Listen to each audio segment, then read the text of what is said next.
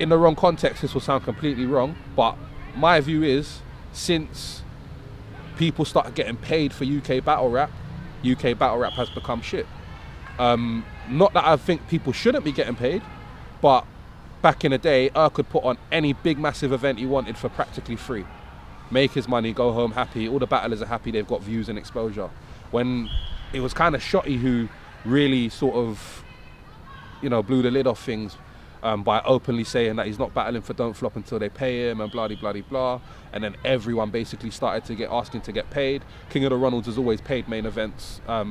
Like if they draw a crowd, people like O'Shea, Tony D, etc. like that, obviously it's worth paying them because we're gonna get it back.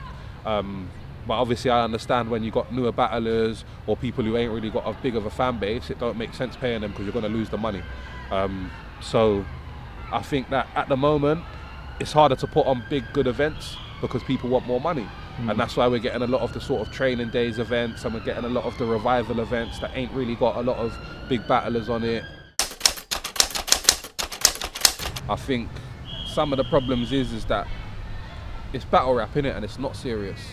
Like, it's grown men cussing each other's mums and stuff for a laugh, innit? So when you try and take that too seriously and put it into a serious context, it looks silly. And it feels silly, you know, and you get like a lot of, for example, the Unans of the world. No disrespect to Unan, he's cool, I ain't got no problems with him, but he's a typical guy who, because he battle raps and talks aggressively in battle raps, he will then run his mouth online to people and then not really be on backing it up at all in real life. And that's the problem, innit? A lot of, that's how battle rap kind of turn, and you get these guys on stage saying they'll do this and do that and they won't, and everyone just stands around and just accepts it. Whereas I think King of the Ronalds, we kind of clown the shit bres, we praise the good bres, and we try not to take it too seriously, we try not to take ourselves too seriously. And the thing is that if you're gonna come in battle rap and act gangster, like, a lot of people personally know about my past and my background and shit. I don't try and glorify it or boast about it or anything, but if I can act a clown and I'm probably more gangster than half of the people actually trying to be gangster, then why do they take themselves so seriously? I have no need to take myself so seriously, and I don't really care what people think of me. If I want to make a fool of myself, that's up to me. So I think it's just way too much people trying to take themselves way too seriously, and it just don't make sense, and it don't translate well on camera. It looks dumb. You have to remember, back in the day, we heard rappers only through labels. It was very hard to hear underground music. So the rappers that were on the telly or on the radio or in HMV that we would go and buy or in the magazines that we would read, they've been through a long process, and the labels and that have vetted out all of the shit people and put out the best work that they've got. Whereas now you go straight to YouTube, SoundCloud, upload your music, you're a rapper. So we're getting, like, if someone now discovers hip hop in 2016, they might go to YouTube, never really listened to rap before, scroll through, find like 142 and think this is rap.